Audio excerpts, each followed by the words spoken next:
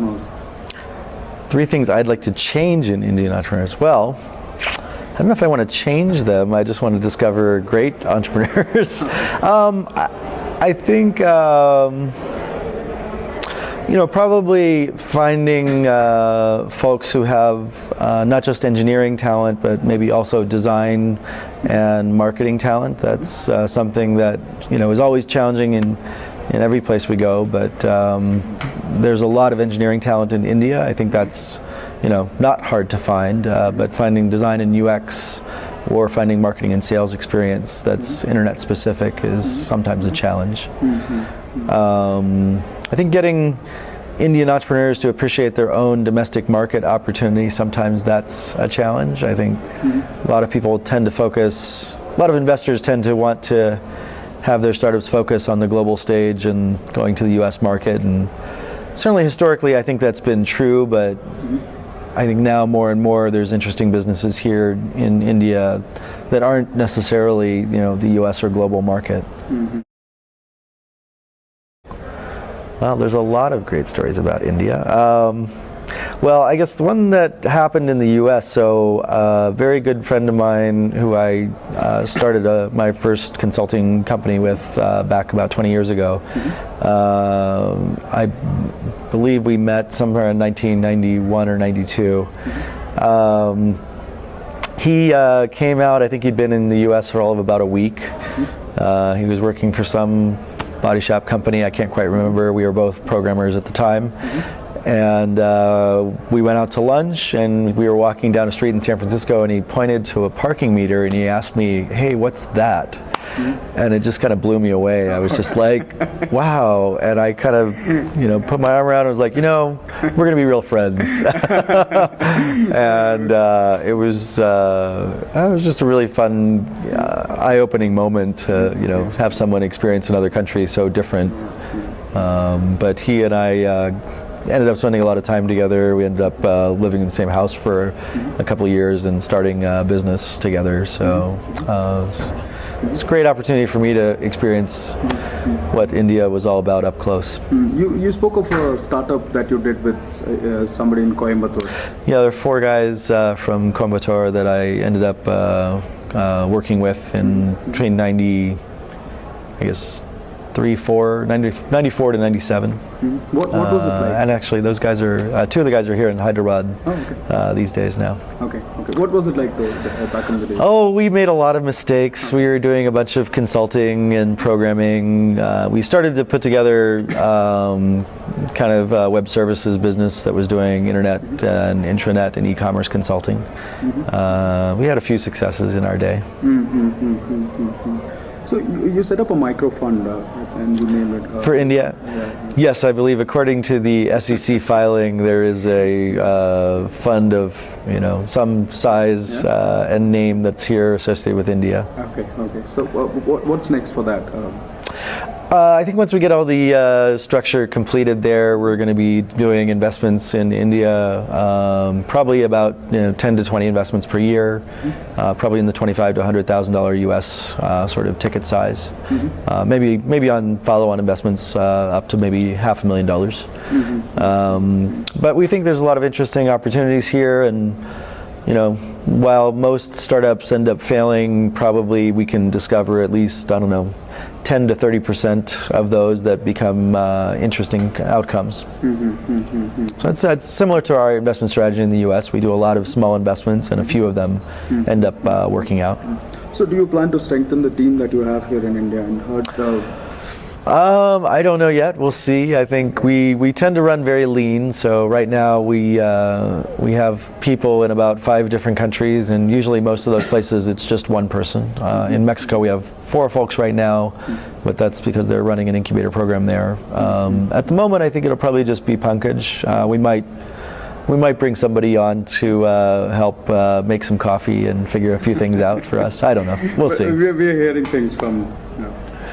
But anyways, coming back to a question that you actually preempted. Yes. A lot of 500 startups, companies from India. Yes. You move them to the US. Some of them, yes. Yeah. So I mean, Gaze Metrics is one, and you have InstaMojo, and I think Gaze Metrics and InstaMojo have a global opportunity. I think maybe WalletKit also. I think TradeBriefs right now is very much focused on domestic market India. They could go larger than that, but I think right now their audience is primarily in India. ZipDial is a company we invested in here that's definitely focused on the India market. So, I think we're open to both, global stories as well as domestic India stories.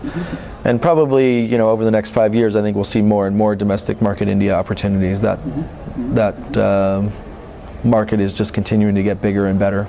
Now, there is this talk about a Series A crunch in Silicon Valley. We've been reading a lot about it. Sure. So a question that comes up is you've got 300-400 companies that you've sort of invested at a certain stage. Not all of them are going to survive.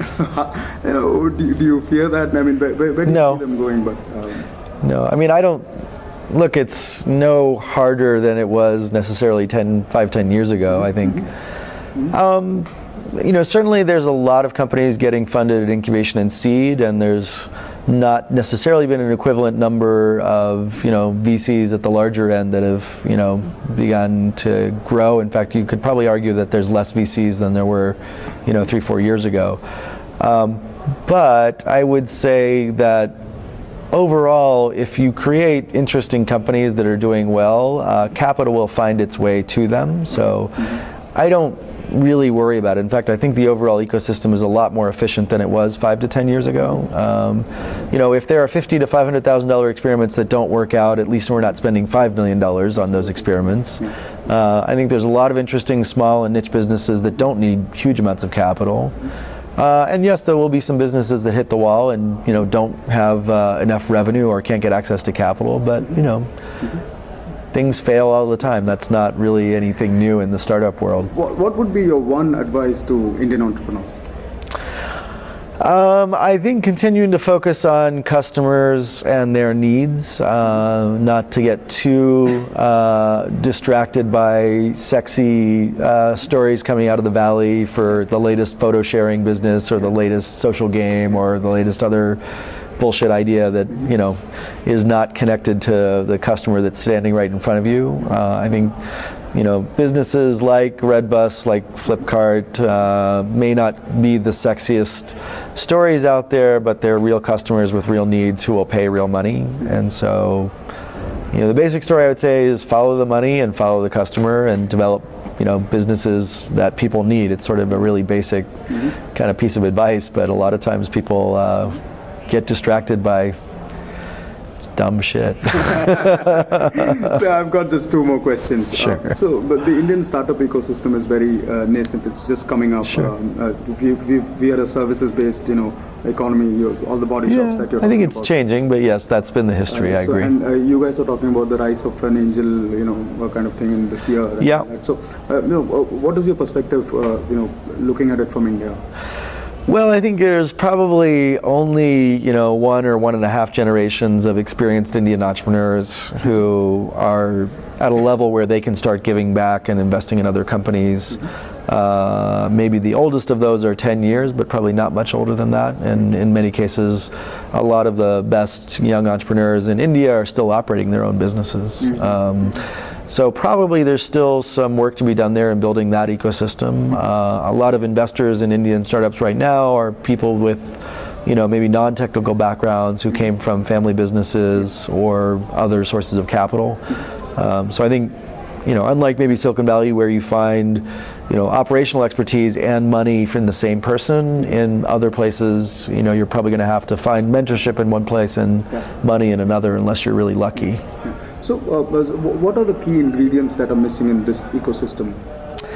I don't think there's dramatically missing ingredients. It may just be a matter of scale and time. I think probably you'd like to see more operationally experienced entrepreneurs acting as investors and mentors. I think there's probably still a lack of capital, maybe between the 250,000 to 2 million range that's necessary. There's starting to be more capital availability at 0 to 250,000. I think there's just the natural progression of the Indian market in terms of the number of people online, financial instruments that they're using, the ability for delivery and logistics systems to be in place.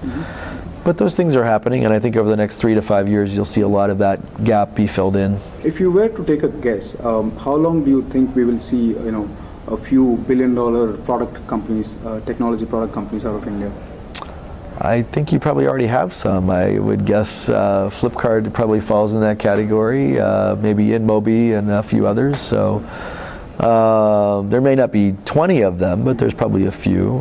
There's probably a good number of $100 million companies out there. So I think as you start to see some of those larger success stories mature more, maybe they go public, maybe they get bought.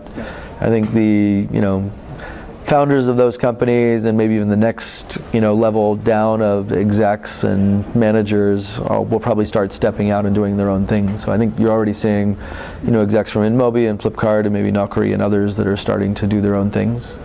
And that's really great. That's how a lot of the same networks in the US that came out of PayPal and Microsoft and Google and now even Facebook and others also started. So usually those networks happen from successful companies.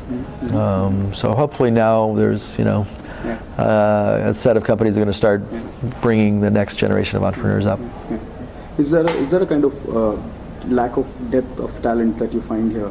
Have you heard this? No, I don't think so. I mean, India is a huge country. There's very smart and intelligent people here. They may not have as much experience or as much role models to follow, and there may be time for them to figure that out, but that'll happen. I really don't worry too much about that.